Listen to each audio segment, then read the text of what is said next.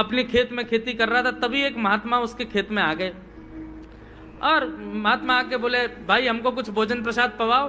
किसान बोला, अरे महात्मा आए भैया, इनको प्रणाम करो। किसान ने उनको प्रणाम किया, प्रणाम करके महाराज उनको भोजन प्रसाद पवाया और कहा, महात्मा जी आप आए हैं, मुझे कोई गुरु मंत्र दे जाओ।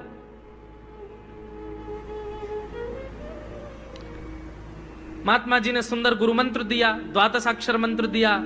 बोले ये तो बहुत कठिन है, इतना कठिन नहीं, सरल सा दो। अष्टाक्षर मंत्र दे दिया। बोले ये भी कठिन है, कोई और सरल दे दो। महात्मा बोले कुछ नहीं, तुम इतना कृष्ण चंद्र बोल दिया करो बस। कृष्ण चंद्र बोले, हाँ इसी का नाम, जब यही तुम्हारा गुरु मंत्र है।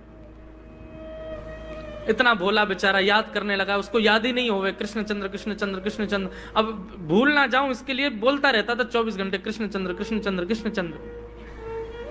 अपने खेत में हल जोत रहा था, कृष्ण चंद्र बोल रहा था। इतने में उसकी पत्नी आ गई, अरे सुनो तुम्हारे लिए भोजन लाई हूं, जल्दी कर लो। बोले कृष्ण चंद्र कृष्ण चंद्र कृष्ण चंद्र। पत्नी पीछे लग गई, पीछे, भोजन तो कर लो, रोटी तो खा लो, ठंडी हो जाएगी। बोले अरे तू पीछे मत पड़, मैं भूल जाऊंगा, गुरुजी ने मंत्र दिया मुझको। पत्नी बोली, अच्छा एक काम करो, आप भोजन कर आओ, तब तक आपके नाम को मैं रट लेती हूँ, मैं उसको संभाल लूंगी, पर जैसे आप आओगे फिर आपको सुना दूंगी, आप कर लेना। वो ठीक है। बोले क्या बोलना है? बोले कृष्ण चंद्र।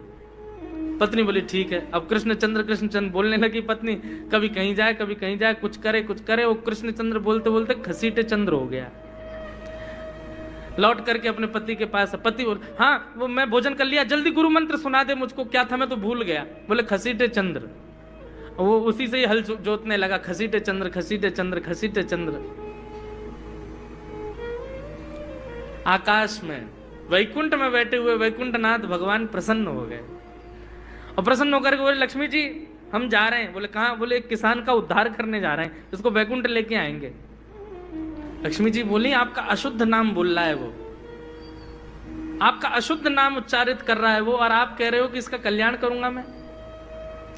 ठाकुर जी बोले, देखो नाम भाव कुभाव अनख आलसहु, नाम जपत मंगल दिश। नाम कैसे भी जपे कोई दोष नहीं है, बस भाव मेरे प्रति होना चाहिए। वो नाम भले ही गलत जप रहा है, लेकिन उसके हृदय में तो मैं ही हूं ना। और एक बात बताऊं लक्ष्मी जी आपको। बोले क्या? बोले ये खसीटे चंद्र अशुद्ध नहीं है, मेरा नाम है ये भी। बोले क्यों? बोले जब हम छोटे थे तो बाल लीला कर रहे थे ब्रज में, यशोदा मैया खूब नहलाती धुलाती और बढ़िया सुंदर श्रृंगार करती, लेकिन हम पूरे नंद भवन में कुटमुन चल चल के कभी नीचे लुढ़क करके कभी ऊपर गिर के सब माला तोड़ लेते, अस्त व्यस्त वस्त्र कर लेते, घुंघराले केशों की ऐसे भुज्जा बना लेते, ऐसा रूप बना लेते। यशोदा मैया बोली, आओ मेरे खसीटे चंद्र, सुबह कृष्ण चंद्र बना के भेजती हूँ, खसीटा चंद्र बन के आता है शाम को। तो बोले तब यशोदा मैया ने हमारा नाम रखो खसीटे चंद्र, तो इसलिए शुद्ध नाम है। तो ठाकुर जी के बहुत सारे नाम हो गए, कनुआ, गोपाल, गोविंद, माधव, कन्हैया।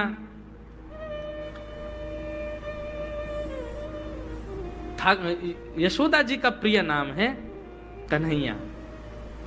मैया लाल जी को इसी नाम से पुकारती है।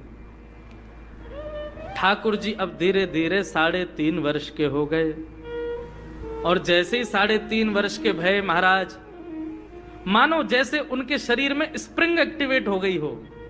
इतना ऊधम मचाते हैं, इतना ऊधम मचाते हैं, पूरी गोकुल की नाक में दम कर रखा ठाकुर जी ने।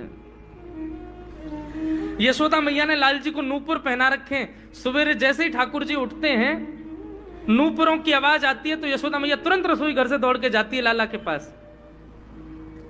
लेकिन ठाकुर जी इतने चतुर हैं, यमुना तट पर जाते हैं और नूपुरों में बालू भर लाते हैं कि कल नूपुर आवाज नहीं करेंगे, सुबह उठ के हम घर से भाग जाएंगे कहीं और, मैया को पता ही ना चलेगी। ऐसा उदम मचा में श्री सुखदेव जी वर्णन कर रहे हैं, श्रृंग्यग्निडम शशि जल द्विज कंटकेभ्य क्रीड़ा परावति चलौ स्वसुतौ निषेधुम गुह्यानि कर्तुमपि यत्र न तज्जनयो गुह्यान् सेकात आपतुरलं मनसो न सुखदेव जी वर्णन कर रहे हैं, राजन अब ठाकुर जी वो लीला कर रहे हैं जिस लीला पर देवताओं को भी विश्वास नहीं हो रहा है। ऐसी लीला ठाकुर जी कर रहे हैं कि किसी को भरोसा ही नहीं हो रहा कि जगत नियंता जगदाधार ये कर सकता है। बोले ठाकुर जी क्या करते हैं? बोले ये मत पूछो क्या करते हैं, यूं कह रहे हैं क्या नहीं करते। जो माता पिता अपने बालकों को बहुत ऊधमी समझते हैं, बहुत बड़ी कृपा है ठाकुर जी की कि आपके घर ठाकुर जी जैसे ऊधमी बालक नहीं है। ऊधमों के सिरमौर हैं ठाकुर जी। कैसा ऊधम मचाते हैं? बोले श्रृंगी। नहा धो करके ठाकुर जी सवेरे तैयार होते हैं, सबसे पहले गैयाओं के पास जाते हैं। मैया कहवे लाला नहा धो के सबसे पहले गैयान को प्रणाम करवे जा, गैयान को स्पर्श कर फिर कछु करियो। ठाकुर जी गैयाओं को प्रणाम करने जाते हैं। जैसे ही देखते हैं कि कोई गैया बैठी है, सो ठाकुर जी कहें अरे अरे मैया या गैया को आलस आ गयो, या को आलस दूर कर दूं। सो बैठी हुई गैया के ठाकुर जी सींग पकड़ लेते हैं और सींग पकड़ करके अपनी ओर खींचते हैं। दूसरी तरफ से सींग बलराम जी पकड़ लेते हैं। अब ऐसे सींग पकड़ करके ऐसे ऐसे गैया के सींग हिलाते हैं। अब बैठी रहती गैया थोड़ी देर तो कोई बात नहीं, जैसे जोर जोर से हिलाना प्रारंभ करते हैं सोई गैया खड़ी हो जाती है। और जैसी गैया खड़ी होती ठाकुर जी लटक जाते हैं सींगों से। अब ठाकुर जी को तो बढ़िया झूला बन गया, गैया की सींगन पर झूल रहे हैं। थोड़ी देर तो गैया इधर से उधर ठाकुर जी को झुलाती रहती है, लेकिन थोड़ी देर बाद जैसे ही ठाकुर जी की पकड़ कमजोर होती है, गैया को पता चल जाए कि अब लाला गिरवे वार हो है, तो गैया भी इतनी चतुर कि वो गोबर में ही जाके खड़ी हो गए। ठाकुर जी के इन्हें आगे कुछ चल, मैं गोबर में जाऊंगा। गैया के ना अब तो मैं यही खड़ी रहूंगी, तुम गोबर में ही गिरो। और सोई ठाकुर जी को हाथ छूट जा, मैया मैया बचाइयो, देख जे गैया मुंह को गोबर में फेंक रही है। अब मैया जब तक बचावे आवे तब तक तो लाल जी के हाथ छूट जाएं और ठाकुर जी गले गले तक गोबर के ढेर में जाके गिर जाएं। पर यशोदा मैया निकाले, कितनों सजाए लो, कितनों ए लाला तू वैसे ही कारो, ऊपर ते मैं तो को बढ़िया सुंदर बना के रखूं, लेकिन तू घूम फिर गया गोबर में ही आके चौं खेले। मोकू तो लगे तू पूर्व जन्म को सूकर दीख है। ठाकुर जी मंद मंद मुस्कुरा रहे, हाँ मैया जे बरा भगवान को अवतार भयो ना, जाने पृथ्वी की रक्षा करी हिरण्याक्ष से। भैया बोली हाँ वो मैं ही तो हतो, मैं जय जय हूं मैया, वो बरा भगवान ही जय जय, वही जय जय तेरे यहाँ लाला बन के आयो है। यशोदा मैया के बातन ने मत बनाए कर, नेक नेक बड़ो है क्यों, बोल वो सीखो, ऐसी बात बनावे, जय जय बोले अपने आप पे, नहावे धोवे है ना है, मुंह पहुंचे ना है, मैं जय जय हूं। ऐसी मधुर लीला ठाकुर जी कर रहे हैं। आकाश में 33 कोटि देवता ये लीला देख करके अपने नेत्रों पर विश्वास नहीं कर रहे। ऐसे मधुर ठाकुर जी। श्रृंगी अग्नि व्यंष्टि।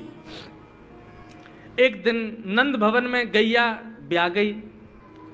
जैसे ही गैया ब्याई, ठाकुर जी जैसे ही गैया ब्याती है तो ठाकुर जी वहीं खड़े हो जाते हैं।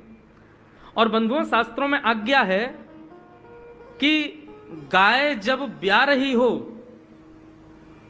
बछड़े को जन्म दे रही हो या बछिया को जन्म दे रही हो, उस समय गैया जो होती है वो दो मुखी हो जाती है। एक मुख तो सामने है, और जब जन्म देती है तो बछड़ा या बछिया उसका मुख जब बाहर आता है तो दो मुखी हो जाती है। ऐसी दो मुखी गैया की जब आप परिक्रमा करते हो तो पूरे ब्रह्मांड की परिक्रमा का फल प्राप्त होता है। तो ठाकुर जी का नियम है, नंद बाबा की उंगली पकड़ के खड़े रहे, जैसे ही गैया ब्यावे वारी हो तो वाकू सहलाते रहे, जैसे ही गैया ब्यावे वारी हो, जैसे ही बछड़ा बाहर आवे सोई ठाकुर जी वाकी परिक्रमा कर ले, परिक्रमा करके दंडवत प्रणाम करें, वाकू वाकी चरण रज को माथे से लगा में, और बछड़ा जन्म ले सो वाकू नवा में दुआ में वाकू अपने गरे से लगा में। एक दिन ठाकुर जी जोर जोर से रोने लगे। बछड़ा जैसे ही जन्म लियो बछड़ा ने, ठाकुर जी रोने लगे। नंद बाबा शांत करा में नहीं माने, बलराम जी ने शांत करायो नहीं माने। यशोदा मैया गोद में लेके बैठी, बोले लाला का भयो, तू रो क्यों रोए? बोले मैया मेरे संग बहुत बुरा भयो। यशोदा मैया बोली कहा भयो? बोले गैया के बछड़ा ने जन्म लियो। मैया बोली तो वाह बछड़ा को मैंने मुंह खोल कर देखो, वाह के सबरे दांत निकरे आए। मेरे जन्म को 3 साल है गए, अभी तक 4 ही दांत निकरे। मैया वो टूट जाए, दमष्टि रो रहे हैं अपने दांतन को, मेरे दांत चौना निकल रहे सबरे। बाप बछड़ा के जन्म लेते सबरे दांत आ गए, मेरे दांत चौने ही आ रहे हैं। यशोदा मैया ऐसी मधुर बात सुन करके लाल जी को हृदय से फिर झूठी झूठी कहती, मैया कहती, लाला तू दूध ना पीवे ना, पूरे दिन मक्खन खावे, मक्खन चीकनो होवे, दांत निकरे चिकनो है कि सुई पेट में चलो जाए, तो दूध पिए कर। कबहू भड़ेगी चोटी मैया मोरी, कबहू भड़ेगी चोटी। कभी अपनी चोटी पकड़ के रोते, मैया मेरी चोटी क्यों ना भर रही। बलराम की चोटी देखो कैसी नागिन जैसी चोटी है वाकई, और मेरी चोटी कैसी है मैया, नेक सी पतरी सी। मैया बोल, लाला तू दूध ना पीवे, दूध ते चोटी भरे। बलराम देखिए ऐसा जग भर के दूध पीवे। सो ठाकुर जी दूध को पात्र हाथ में ले में, अपनी चोटी खोल ले में, और फिर चोटी पकड़ करके दूध पी में, और दूध पीते पीते नापते रहे कितनी बड़ी भई कि ना भई अभी। ऐसी मधुर लीला ठाकुर जी करते हैं। ऐसी लीलाएं हैं ठाकुर जी की कि उन लीलाओं को सुनकर के जो ज्ञान के मार्ग को नहीं समझ पाते, जो वैराग्य के मार्ग को नहीं समझ पाते, जो ज्ञान और वैराग्य से ठाकुर जी को प्राप्त नहीं कर पाते, वो इन लीलाओं से ठाकुर जी के हो ही जाएंगे। ऐसी लीला है। और क्या करते हैं ठाकुर जी? बोले द्विजकंटकेभ्य